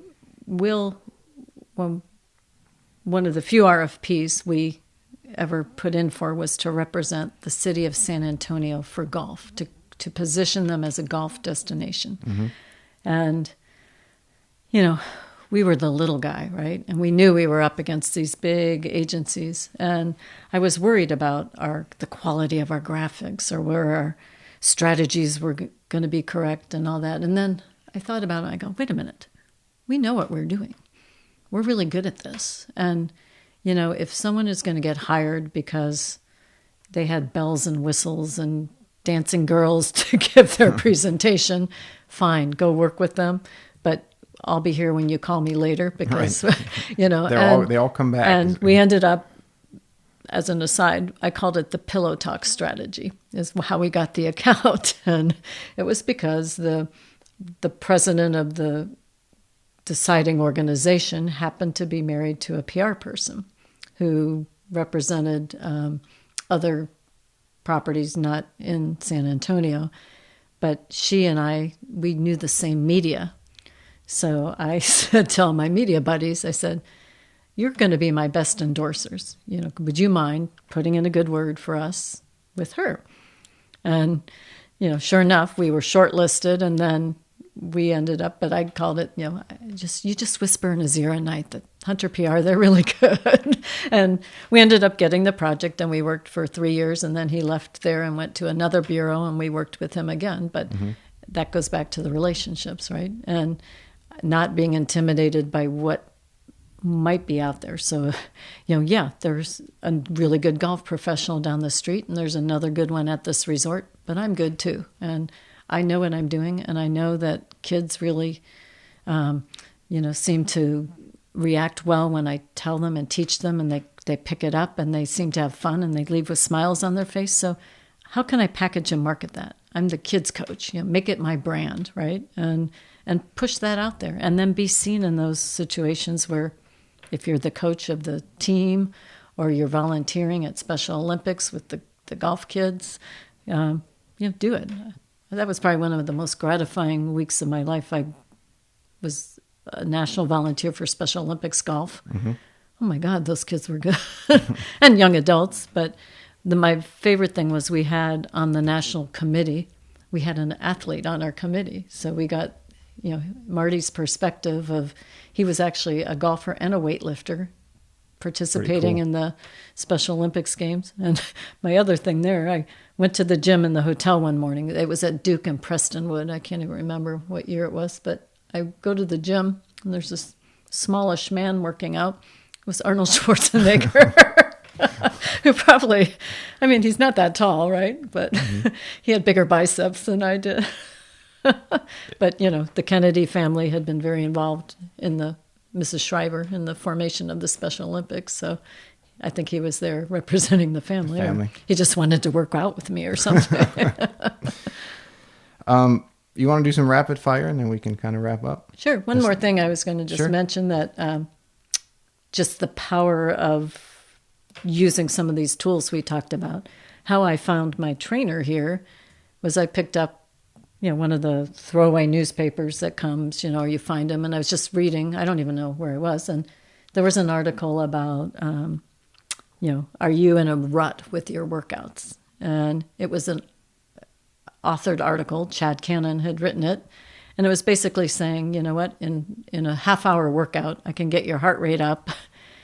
And you're not going to be on the elliptical for 30 minutes. We're going to break it up and we're going to do these, the high intensity, the intervals.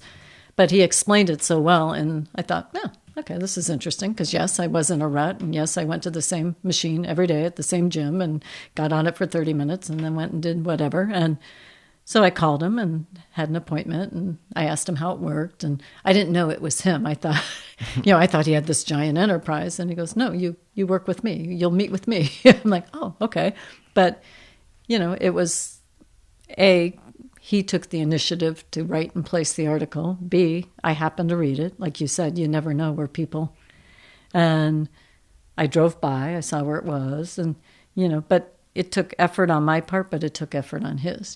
Things Right. just don't.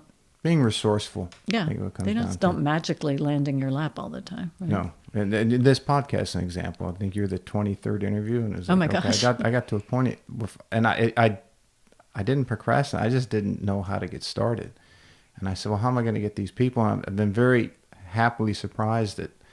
I mean, it's had some very big names on it, and when you write to them, they're more than happy to help if they have the time. Well, and I think the way you posture it, it's a conversation. Mm-hmm. I mean, podcasts are a hot commodity right now. And I think particularly since COVID, I think there have been more people who've dipped their toe in the water to try Right. it and see. Also, I've noticed a lot of live Instagram. Yes, conversations. Yeah. And even particularly in the past couple of months, workouts, different media outlets, different people doing free workouts, free downloads of things that might normally cost. We're going to give you an opportunity. Even the media, I know the Charleston paper during COVID has allowed unlimited reads, where normally they would charge you after 3. They're letting people read. But I mean, I think it's, as people don't waste as much time commuting and are going to be working at home, I think they're going to have time to expand their horizons a little, be it reading different types of outlets or listening to podcasts. I know, we were talking earlier about the different channels where you can find podcasts. Right. And all the different platforms. I mean, I've learned a lot just listening to a few, but, it's now with some of these other platforms like radio.com. Tim and I listen to New York radio still. At night, we'll hear just through the stations we used to listen to when we lived in the Northeast come through the internet. It's one way to hear the traffic on the New Jersey Turnpike. Everything is definitely nationwide or worldwide now. Yeah. It's definitely. Yeah. Well, when you said that your listeners are all over the world, I mean, that's kind of freaky when you think about it, right? Yeah, it really is weird to look at a map of the entire world and say, okay, there's somebody in Brazil that has listened, and I don't look at the counts, or there's somebody in Russia who listened. Like, wow, that's. And never would have guessed. Yeah. But and then in what we do, as I've mentioned, we travel around with the media. But I did take, it was within, I think, 2 weeks after Matthew, I had already booked. I had 20 media. I was taking them to Seoul, South Korea. Oh, we had a course there about an hour and a half outside of the city.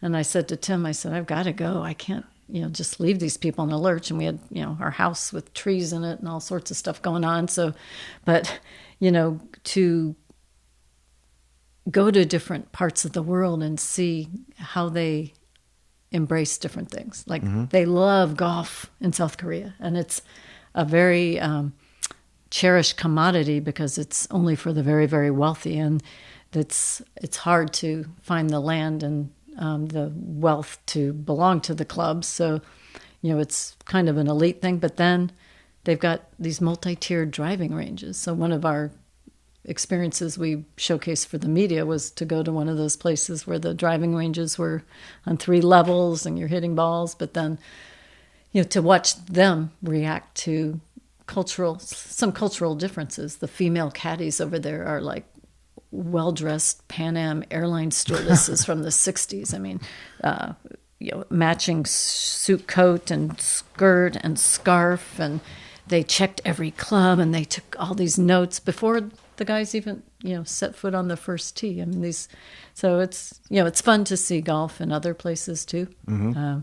We had a client over in Scotland for a while, and that's the home of golf. So it's that part of what I do is fun. I think that's just to see how the sport is perceived in other places. I mean, Robert Trent Jones, he's got work all over the world. Most of his active new builds are, Vietnam, Los Cabos, Ecuador, Singapore. They're, I think about the miles I've put on, and Bobby's probably got me 3 ways to Sunday. Oh my gosh, yeah.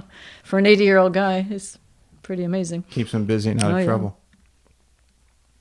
All right, I got 10 of them here. Okay. So we'll go through them. I've been warned about this.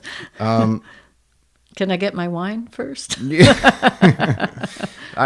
won't be very difficult. Okay. So the Ryder Cup started the walk-up songs a couple years ago. Okay. So what would your walk-up song be? Oh, it's first tee. Oh. Well, there's one that Tim has as his ringtone, the Doors song he has for me, but I have to come up with my own, huh? Mm-hmm. Well, it's got to be some Lady Gaga song, so let me get back to you on that one. Okay, easy enough. Caddy or cart? Cart.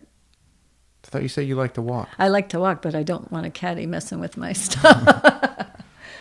Can I just walk without a caddy? That Sure. would be my preference. You can have the cart that follows you. Yes, exactly. The remote control. Yes. If you could have anybody's swing in history, whose would it be? Ernie Els. Yeah, that's a pretty good one. Yeah, the Big Easy. Best course you ever played? Well, it's the course I know best of any, like the back of my hand, is Pebble Beach. I would probably say that would. But I was involved in, where do the portalets go? And where did the hospitality tents go? And where are the grandstands? So over 2 years, I just came to know that one so well. But so I'll stick with that. What is your superpower? Strong. In many ways. Okay. If they made a movie about your life, who would play you?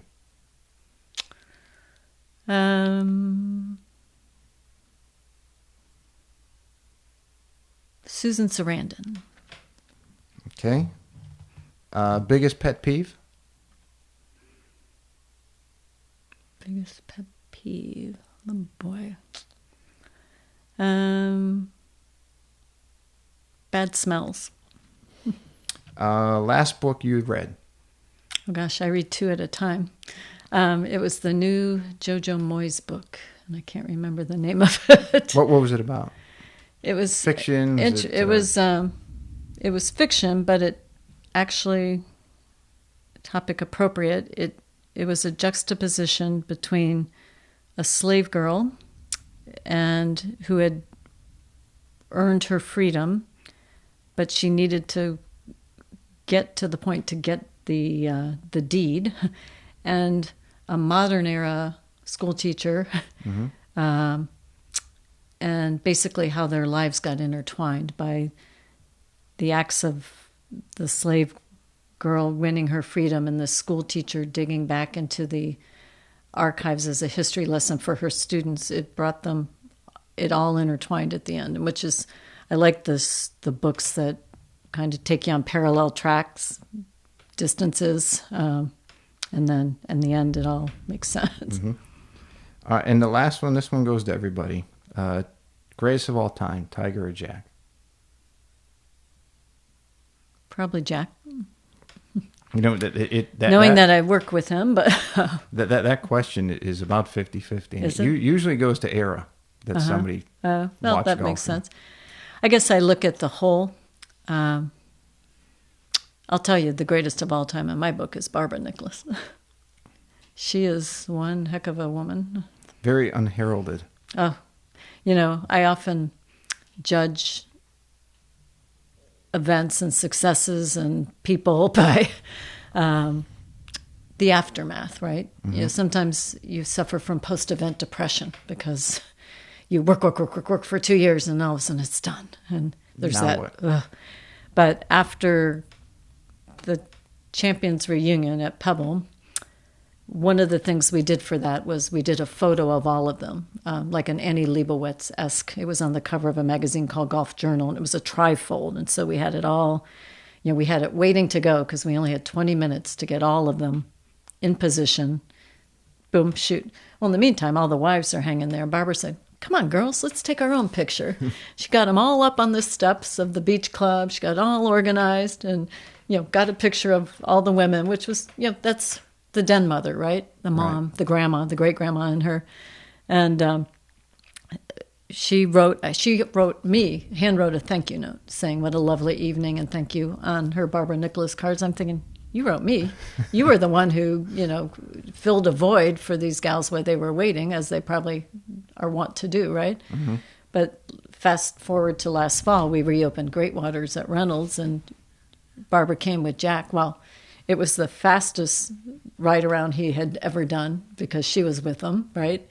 And she was so gracious. He was in such good humor.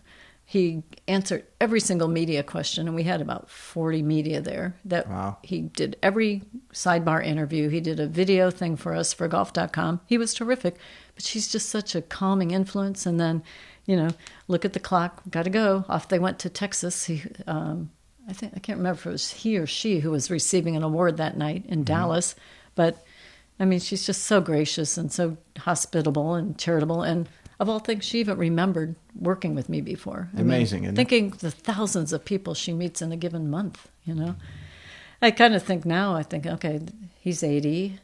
He's probably in a risk position with his, from this pandemic. They've probably been hanging out in West Palm, but yet he recorded a video for us for Club's Help. I know he did some other things for the USGA. Our headwear company has a special issue hat, Bear Cares, with a little golden bear icon and the heart and a mask that's raising money for the Children's Hospital. So, even right now, I mean, he's getting ready for 2 back-to-back weeks at Muirfield in July. I got to hand it to him. Stays active. Yeah. So, I mean, Tiger still has to show me some more. If you come back in 10 years with the 10th question. He's got time to go. Exactly. If someone wanted to reach out to you, they wanted to bring you in to consult, they wanted to hire you, get you to speak. Just call my agent, Pete Popovich. Yeah. 103 Pete, right? Yeah. What's the best way that they can reach you? Just call my cell phone. That's the phone I use, and I'm happy I talk to anyone. I've had this week, this is an aside, but let me give you the number. It's 908, which is a New Jersey area code, yes, even though we're in Hilton Head, 963-6013. And just so everyone knows, there's several Hunter PRs in this country. So there's a very large one in New York, but the key on ours is it's hunter-pr.com. So the little dash has to be there. Otherwise, you'll get to one of the largest PR firms in the country, and I bet they'll be a little more expensive than we are. I'll make sure all those links are in the summary in the description, too, so someone can just click on it. You don't have to. But talk about having your cell phone out there. I'm on the pretty much 80% of the press releases that go out. I use that number just because my job is 24/7. Right. And, well, this past week, there was a destination wedding planned for one of our resort clients, and the groom is really unhappy. So he was the first call, followed by a long email because they were, the resort's been closed. They've been trying to get information. No one's answering him. There's a language barrier. I understand. And I'm thinking, okay, the bride is so distraught. She had the groom call me. Well, yesterday it was the father of the bride, and he's texting me, and I'm like, oh my gosh, Get everybody. I'm writing my client going, help. I said, you got to get me out of the middle of this one. And I explained nicely to him. I said, I do the media relations, and I'm going to get you to someone who can help you resolve the situation for the wedding that's next week.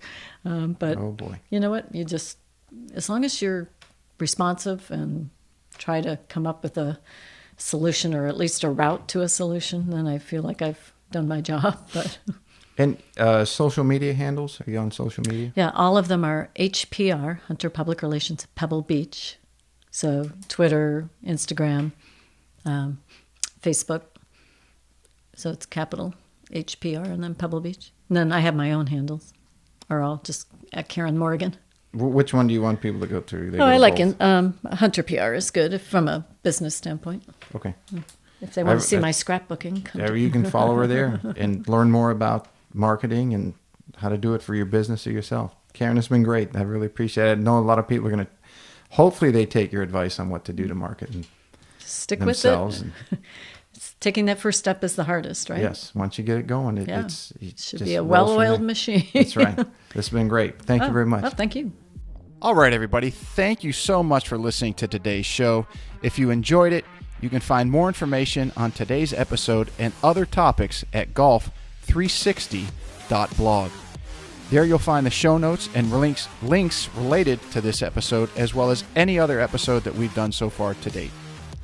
If you're interested in improving your game and would like to learn more from yours truly by taking a private lesson, a half-day or multi-day school, club or putter fitting, you can reach me through the blog site or by email, pete@golf360.blog. So some of you may be asking, what is the golf paradigm? All you have to do is click on the homepage while on my blog site to discover how you can start playing better than you ever thought possible.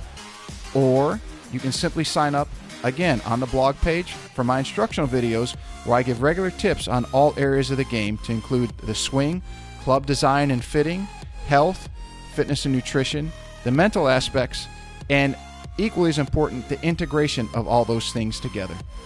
I'm also on social media, and you can find me at The Golf Paradigm. That's Paradigm, and I'm on Facebook, Instagram, and Twitter. And don't forget to subscribe to my YouTube channel, also under the same name, The Golf Paradigm. Facebook is usually the best way to reach me for questions and or comments, and I look forward to hearing what all of you have to say. This podcast is brought to you in part by Old South Golf Links. A short ride across a bridge from Hilton Head Island is one of the area's finest golf courses and a hidden treasure. Set up on towering pines and ancient oaks with sweeping marsh vistas, truly makes Old South Golf Links a one-of-a-kind golfing experience. The Clyde Johnson design was named one of the top 10 new public courses when it opened, and it also takes full advantage of the natural beauty of the Low Country. Old South is a fun and unique challenge for golfers of every skill level and a favorite of both locals and visitors. Whether it's your first time here or you're a regular, you'll be treated and feel like family. From the bag drop to check-in at the fully stocked pro shop with both men's and women's apparel, to breakfast or lunch before or after your round, the staff is always ready and willing to help. Experience for yourself why Old South is one of the premier golf courses in the Hilton Head area and why it will quickly become a favorite of yours too. Visit them in person or online at www.oldsouthgolf.com, or to make it tee time, simply call the pro shop at 843-785-5353.